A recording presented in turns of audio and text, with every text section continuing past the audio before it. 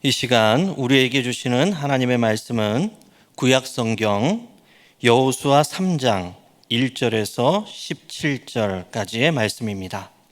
또 여호수아가 아침에 일찍이 일어나서 그와 모든 이스라엘 자손들과 더불어 시딤에서 떠나 요단에 이르러 건너가기 전에 거기서 유숙하니라. 백성에게 명령하여 이르되 너희는 레위 사람 제사장들이 너희 하나님 여호와의 언약궤 매는 것을 보거든 너희가 있는 곳을 떠나 그 뒤를 따르라.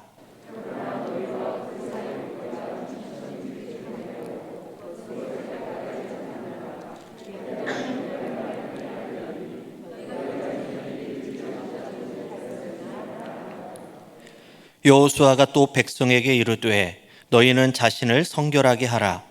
여호와께서 내일 너희 가운데에 기이한 일들을 행하시리라.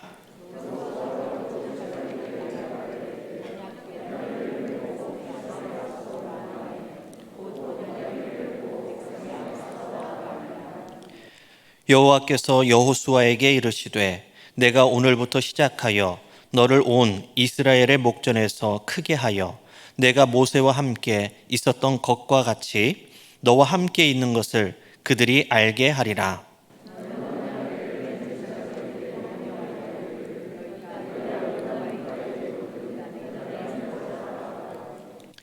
여호수아가 이스라엘 자손에게 이르되 이리 와서 너희의 하나님 여호와의 말씀을 들으라 하고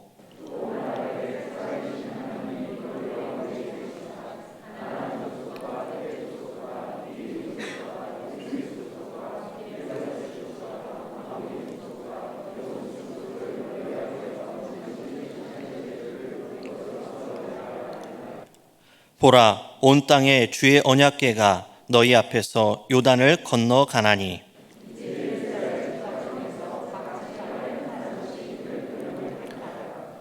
온 땅에 주 여호와의 궤를 맨 제사장들의 발바닥이 요단물을 밟고 멈추면 요단물 곧 위에서부터 흘러내리던 물이 끊어지고 한 곳에 쌓여 서리라.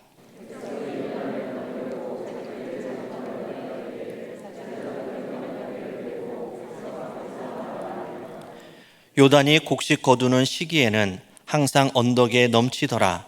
궤를 맨 자들이 요단에 이르며 궤를 맨 제사장들의 발이 물가에 잠기자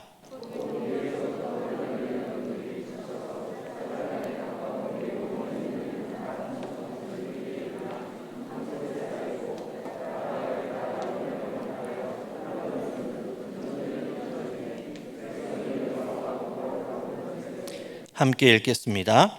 여호와의 언약궤를 맨 제사장들은 요단 가운데 마른 땅에 굳게 섰고 그 모든 백성이 요단을 건너가기를 마칠 때까지 모든 이스라엘은 그 마른 땅으로 건너갔더라. 아멘.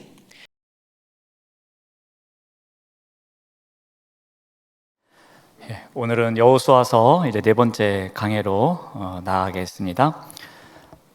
여호수아는 무사히 귀환한 두 정탐꾼의 보고를 받았을 것입니다.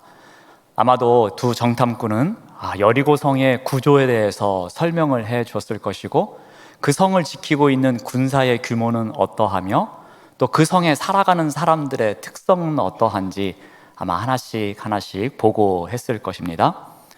또한 자신들의 목숨을 구해줬던 기생 라합의 이야기도 했을 것이며 그 집 지붕에서 있었던 일 또한 하나가 다 빠뜨리지 않고 보고했을 것입니다. 이 두 정탐꾼의 보고를 들은 이제 여호수아는 우리가 이제 요단강을 건너가기까지 정말 마지막 단계가 남았다고 생각했을 겁니다. 어느 날 여호수아는 아침 일찍 일어납니다. 3장 1절 말씀을 봅니다. 또 여호수아가 아침에 일찍 일어나서 시딤에서 떠나서 요단으로 갑니다. 그리고 그곳에서 유숙하게 됩니다. 이스라엘 백성들은 가나안 땅에 진입하기 위해서는 요단강을 건너가야 했습니다. 그래서 요단강 가까이 그들이 장소를 옮깁니다. 그리고 그곳에서 진을 치고 사흘의 시간을 보냅니다. 이스라엘 사람들이 요단 강가로 와서 곧바로 요단강을 건너지는 못합니다. 그들이 도달한 곳은 강폭이 한 20m에서 30m 정도 되는 곳이었고요. 그 다음에 강의 깊이가 한 3, 4m 정도 되는 하류 지역이었습니다. 쉽게 건널 수 없는 강이었습니다. 그런데 그들은 사흘 동안 그곳에 유숙하면서 어떠한 노력도 하지를 않습니다. 이곳은 강폭이 넓고 깊으니까 좀 더 얕은 곳을 찾아본다든지, 아니면 이곳을 건너갈 수 있는 어떤 장비를 만들면 안 될까 고민을 한다든지, 아니면 나무를 베어와서 어떠한 작업을 한다든지, 그 어떤 것도 하지 않습니다. 그냥 그들은 말 그대로 유숙합니다. 즉 푹 쉬었다는 겁니다. 아무 생각 없이 그냥 그곳에서 머물고 있었던 것입니다. 하나님도 마찬가지였습니다. 하나님도 이 사흘 동안은 백성들에게 어떠한 명령도 하지 않으셨습니다. 야, 너희들 이렇게 그냥 있으면 어떻게 하니? 너희들 나름대로 좀 노력을 해봐야 될 거 아니니? 라고 이렇게 다그치지도 않습니다. 더 얕은 곳을 찾아보라고 하시든지, 배를 만들라고 하시든지, 어떠한 명령도 하지 않습니다. 백성들은 그 길을 가보지 못한 길이었기에 그들은 속수무책 그 자리에서 유숙하는 것 이외에는 아무것도 할 수 없었습니다. 하지만 하나님은 이스라엘 백성들을 가나안 땅으로 데리고 들어갈 계획이 나름대로 있으셨습니다. 우리 3장 2절 말씀을 보시면은 사흘 후, 이제 사흘이 지납니다. 관리들이 진중으로 두루다니며 백성들에게 명령을 합니다. 이 가보지 않은 길을 어떻게 가야 하는지 그 비결을 하나님께서 이제 알려주십니다. 그 비결이 무엇이냐면 바로 오늘 설교의 제목입니다. 가보지 못한 길, 가보지 않은 길인데 이전에 지나온 것처럼 가면 된다라고 하나님께서는 알려주십니다. 이전에 홍해 바다를 건넜던 것처럼, 이전에 광야길을 걸어왔던 것처럼 너희들이 했던 것처럼 똑같이 하면 이 요단강도 건너갈 수 있다라고 그 비결을 알려주십니다.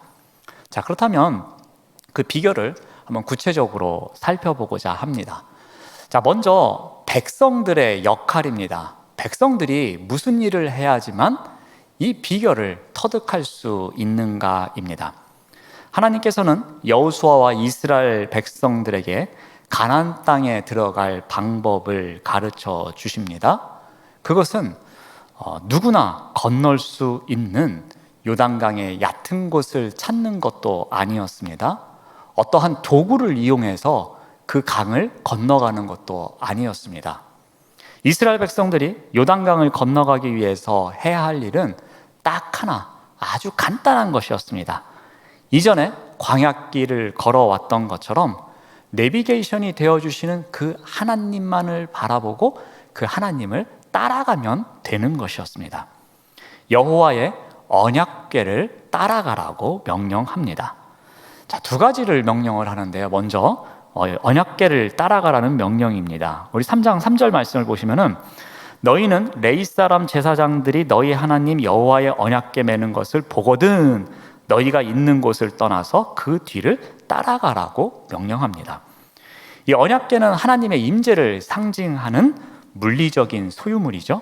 어디를 가든지 어디에 있든지 무슨 일을 하든지 하나님께서 이 백성과 함께 하신다는 것을 상징적으로 나타내기 위해서 보여지는 것, 그것이 바로 이 언약궤였습니다.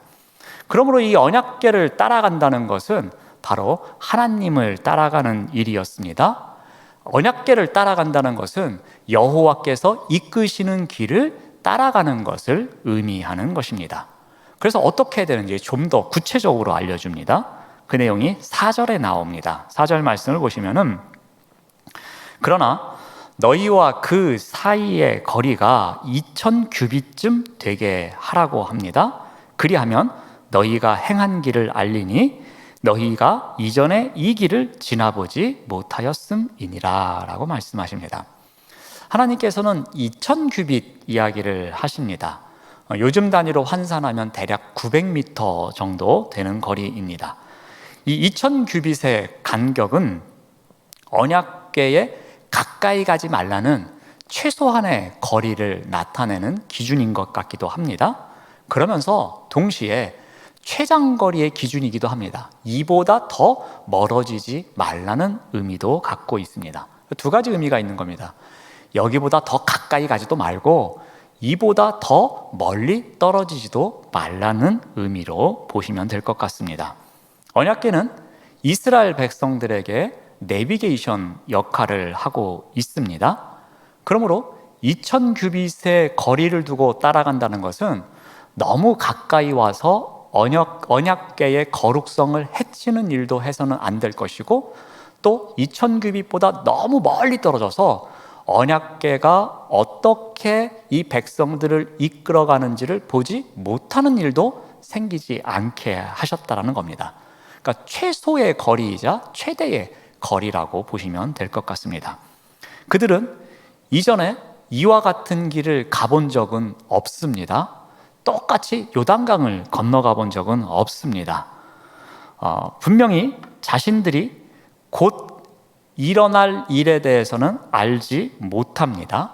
그러한 방식으로 강을 건너 본 적도 없을 것입니다.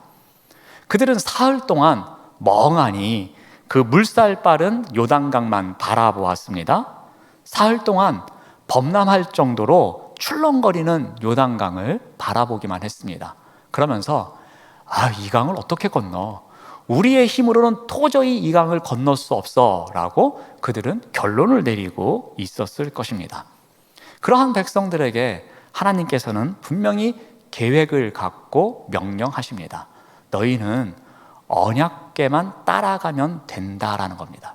그 출렁거리는 요단강 바라보지 말고 어떤 다른 제반사항 생각하지 말고 오직 2000규빗의 거리만 두고 그 언약궤가 가는 대로만 따라가면 된다는 것입니다. 시선을 언약궤에만 고정하라는 것입니다. 지속적으로 언약궤만 의지하면서 그 언약궤를 따라가면은 너희들이 지금까지 지나온 것처럼 이 또한 새로운 길이고 가보지 못한 길이지만 갈 수 있다고 가르쳐 주는 것입니다. 현실의 생각을 통해서 판단을 하고 그 판단 때문에 두려움 속에서 그 길을 가는 것을 포기하는 것이 아니라 그 배후에서 모든 것을 주관하고 계시는 하나님만을 바라보면 그 일을 감당할 수 있다고 가르쳐 주고 있습니다. 바로 이것이 그들에게 필요한 믿음이었습니다. 이전에 광야길을 지나온 그 믿음으로 변함없이 가보지 못한 길이지만 그 길을 갈 수 있다는 믿음으로 언약궤가 가니, 즉 하나님께서 우리를 이끌고 가시니 우리가 갈 수 있다는 믿음으로 그 길을 갈 수 있다고 가르쳐주고 있는 것입니다. 그러면서 한 가지 더 백성들에게 요구합니다. 우리 5절 말씀을 보시면은 여호수아가 또 백성에게 이르되 너희는 자신을 성결하게 하라. 여호와께서 내일 너희 가운데에 기이한 일들을 행하시리라 라고 말씀하십니다. 백성들에게 성결하게 하라고 명령하십니다. 즉 스스로 거룩하게 할 것을 명령하십니다. 나름대로 옷도 빨고 금욕하고 또 의식적인 정결을 갖추고 또 마음과 몸을 다하여 삶의 거룩한 자리에서 살아갈 것을 준비할 것을 이야기하고 있는 것입니다. 하나님과 함께 하기 위해서 너희들이 먼저 성결함으로 준비할 것을 이야기합니다. 이들은 이제 요단강을 건너가면은 가나안 정복 전쟁을 해야 합니다. 하나님과 함께 동행하면서 그 땅을 정복해 나가야 합니다. 근데 그 전에 하나님께서 요구하신 것은 너희들이 스스로 거룩해지는 시간을 가졌으면 좋겠다고 말씀하십니다. 이것은 그냥 요단강만을 건너가기 위한 것은 아니었습니다. 앞으로 가나안 땅에 들어가서 이들이 대역사를 이루어 갈 때에 이스라엘 백성들이 먼저 갖춰야 할 내적인 본질에 대해서 이야기하고 계시는 겁니다. 그 본질이 무엇입니까? 내가 거룩하니 너희들도 스스로 거룩하여지기 위해서 노력하고 정결케 되는 시간을 갖도록 말씀하고 있는 것입니다. 백성들의 역할은 크게 두 가지를 말씀하십니다. 너희들의 믿음, 너희들의 성결의 문제에 대해서 먼저 말씀하십니다. 자, 이제는 두 번째로 여호수아의 역할입니다. 하나님은 여호수아를 통해서 이 요단강을 건너는 일, 이 일 과정에서 무엇인가를 보여주고자 하십니다. 우리 7절 말씀을 봅니다. 여호와께서 여호수아에게 이르시되 내가 오늘부터 시작하여 너를 온 이스라엘의 목전에서 크게 하여 내가 모세와 함께 있었던 것 같이 너와 함께 있는 것을 그들이 알게 하리라 라고 합니다. 그러니까 하나님께서는 이 요단강을 건너는 이 일을 통해서 여호수아가 어떤 사람이다 라는 것을 백성들이 알게 하시겠다라는 그러한 계획이 있으셨던 거였습니다. 여호수아는 하나님의 소명을 받고 모세의 후계자로 차세대 이스라엘의 리더로 세워졌습니다. 하지만 이제까지 그가 해온 사역은 이 요단강을 건너가서 가나안 땅을 정복하기 위한 그 무엇도 한 것이 없습니다. 그냥 준비 과정에서만 착실하게 준비를 하고 있었습니다.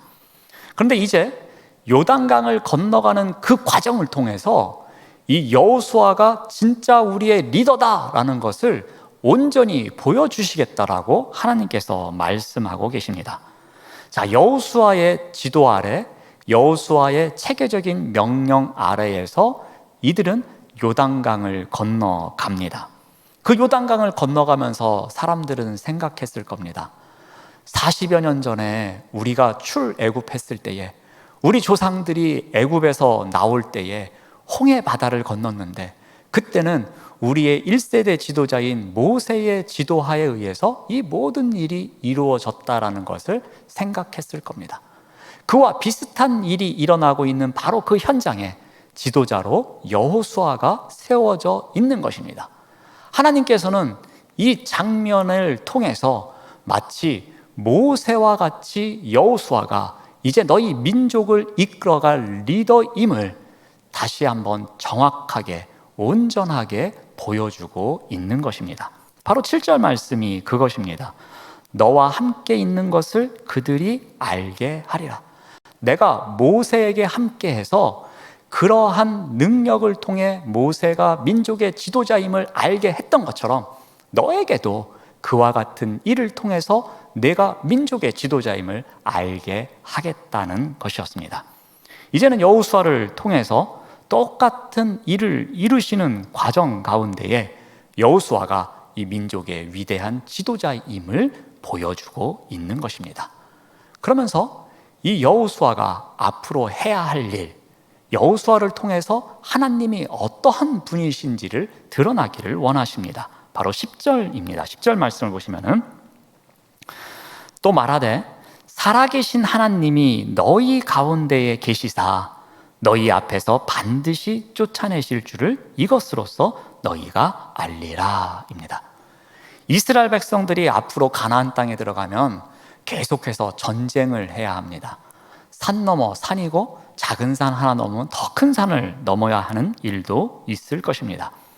그들은 앞으로 자신들의 힘만으로는 할 수 있는 것이 아무것도 없음을 이 요단강을 건너면서부터 경험하기 시작합니다. 이 요단강을 여호수아의 지도 아래에 하나님의 능력으로 건넜다라는 것을 기억하면서 우리가 이 믿음이 있으면 앞으로 가보지 못한 길 또한 갈 수 있을 것이다라는 희망을 갖게 됩니다. 요단강을 이렇게 건넌 것은 우연이 아니라 하나님께서 우리 민족을 이끄셨기에 가능한 일이라는 것을 그들이 깨닫게 된 것입니다. 그래서 이스라엘은 언약궤를 앞세우고 요단강을 건넜던 것처럼 가나안 땅을 정복하기 위해서 하나님의 임재를 상징하는 그 언약궤를 따라서 나아갑니다. 계속해서 그 하나님께서 우리를 이 길을 이끌어 가신다는 그 믿음으로, 그 믿음을 갖고 나아갑니다.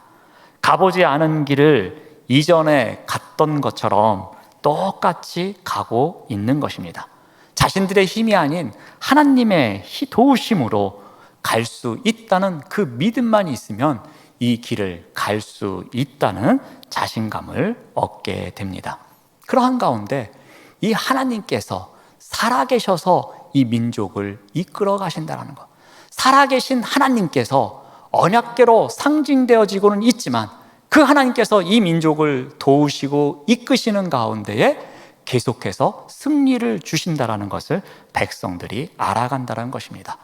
앞으로 가보지 않은 길을 갈 때에 이전에 했던 것처럼 살아계신 하나님만을 믿음으로 말미암아 이 길을 갈 수 있음을 그들이 배워가는 것입니다. 바로 이러한 일에 여호수아가 쓰임받기를 하나님께서는 원하셨던 것입니다. 이제 세 번째로는 제사장들의 역할입니다. 이제 제사장들은 법궤를 메고 요단강 안으로 들어가야 하는 역할을 해야 합니다. 그런데 요단강 안으로 들어갈 때 요단강이 미리 갈라진 것이 아니었습니다. 이들이 그 흐르는 강물에 발을 내디뎠을 때 강물이 갈라지기 시작했습니다. 언약궤를 메고 요단강에 먼저 들어갈 것을 하나님께서는 명령하셨습니다. 길을 열어놓고 자, 길 열렸으니까 마음 놓고 들어가라고 하지 않았던 것입니다. 우리 3장 8절 말씀을 보시면은 끝부분만 보시면은 요단 물가에 이르거든 요단에 들어서라 라고 명령합니다. 그래서 14절 말씀을 보시면은 제사장들은 언약궤를 메고 백성 앞에서 나아가게 됩니다. 그런데 이들 눈앞에 보여지는 강이 그렇게 만만한 강이 아니었습니다. 우리 15절 말씀을 보시면은 그때는 요단이 곡식을 거두는 때였습니다. 그래서 항상 언덕에 넘치도록 물이 범람하는 때였습니다. 이스라엘이 이 요단강 도하를 했던 시기는 오늘 15절 말씀에서 곡식 거두는 시기라고 합니다. 이때는 늦은 비가 내리는 때입니다. 우리 성경에는 이른 비하고 늦은 비 이야기가 나오는데요. 이른 비는 주로 씨를 뿌리는 시기에 내리는 비입니다. 그래서 이른 비가 와야지만 그 촉촉해진 땅에 파종을 할 수 있는 것입니다. 그리고 그때로부터 한 5개월에서 6개월 정도는 우기입니다. 그리고 이 우기가 마무리될 무렵에 늦은 비가 옵니다. 그 늦은 비가 올 때는 밀이나 어떤 그런 볼이나 이런 알곡이 잘 맺어질 수 있도록 마지막에 오는 비라는 의미를 담고 있어서 늦은 비입니다. 그러니까 이른 비가 내릴 때에 파종을 해서 늦은 비가 내릴 때에 추수를 하는 것입니다. 근데 그 기간이 한 6개월 동안 우기입니다. 그러니 비가 얼마나 자주 많이 왔겠습니까? 그러니 요단강이 언덕에 찰 정도로, 언덕에 넘칠 정도로 비가 많이 왔다고 보시면 될 것 같습니다. 마치 작년 여름에 비가 많이 와서 안양천이 넘쳐가지고 옆에 이렇게 운동하는 데를 갈 수 없었던 일, 그런 일이 생겼다고 보시면 될 것 같습니다. 그런데 그 안양천 건너가라 그러면 누가 건너가겠습니까? 그런 상황이라고 보시면 좀 더 이해하기가 쉬울 것 같습니다.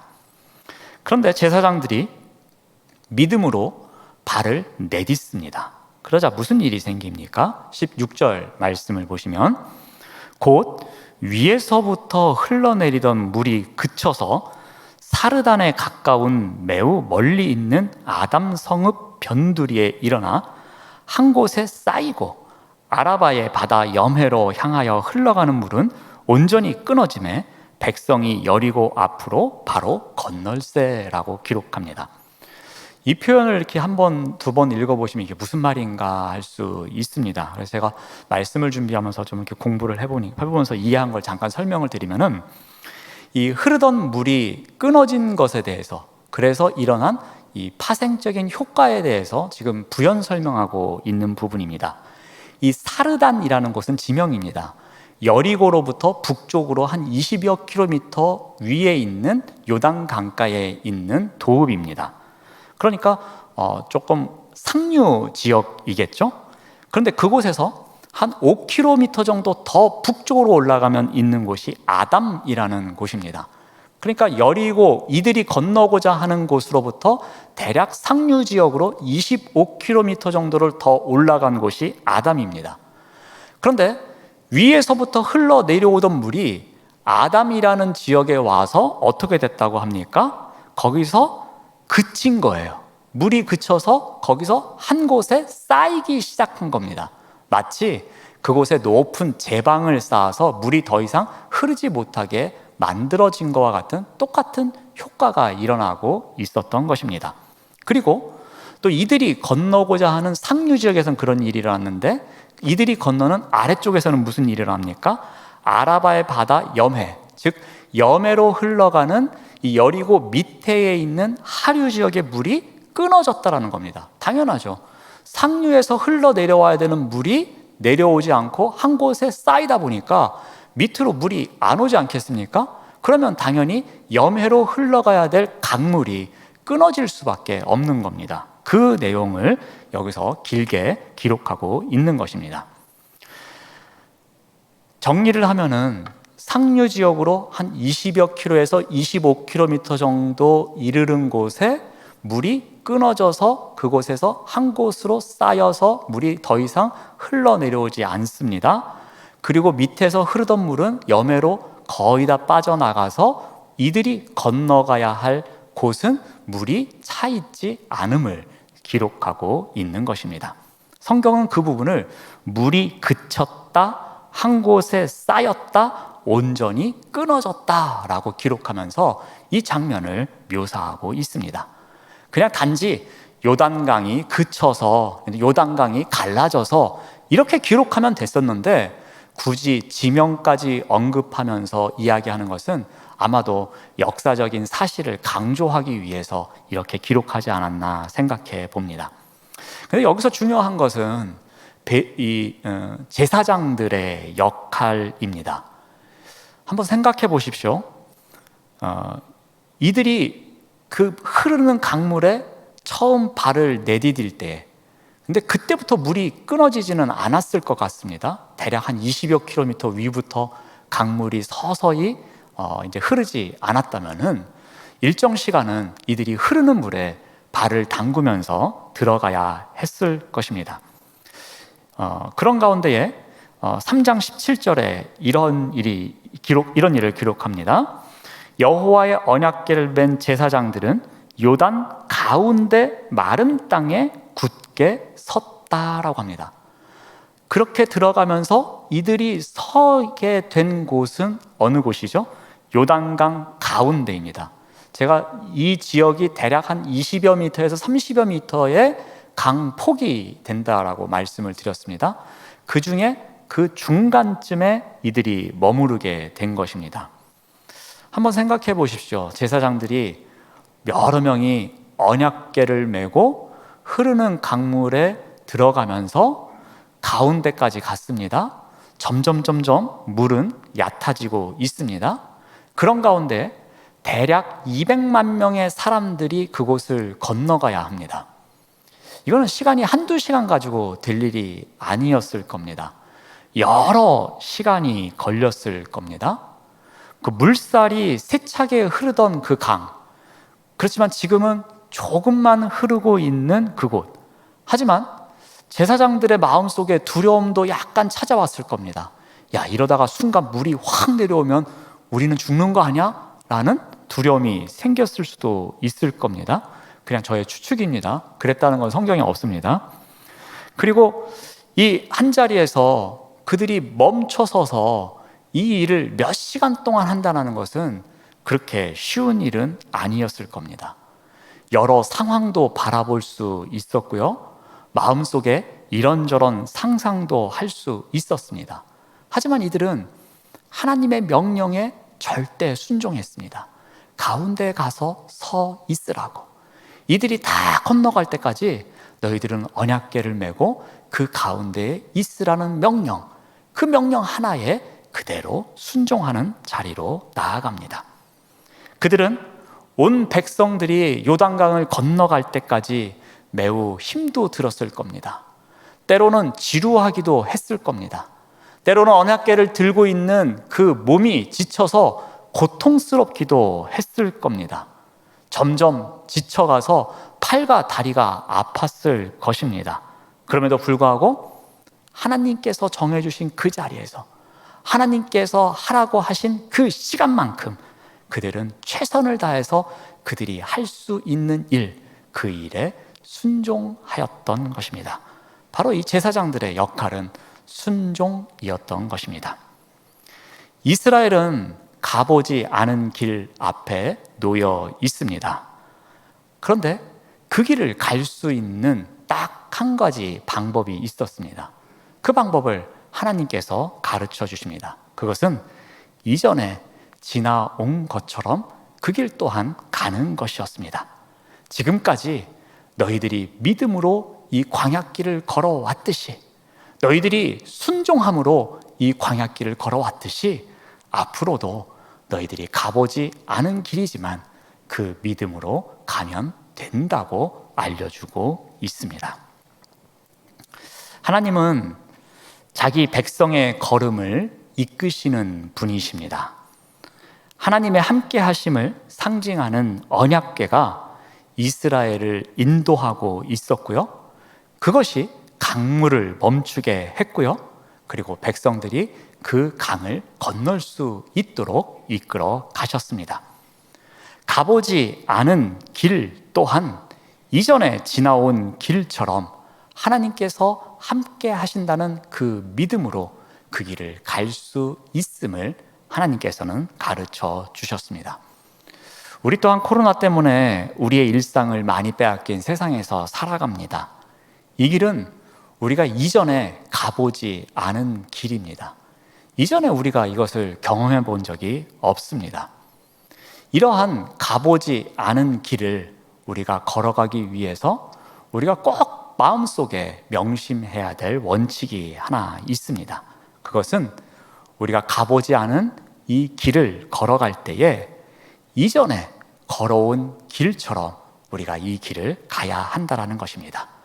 이전에 걸어온 길에서 만난 그 하나님, 그 하나님께서 우리를 이끄셨던 그 하나님의 놀라운 솜씨, 그 은혜, 그 모든 것에 대한 믿음, 그 믿음을 갖고 과거에 이전에 걸어왔던 그 길을 지나온 것처럼 우리가 가보지 못한 길 또한 가려는 마음이 있어야 할 것입니다. 바로 이 믿음이 있어야 합니다. 이 믿음이 있어야 가보지 않은 길이지만 이전에 지나온 길처럼 우리가 갈 수 있는 것입니다.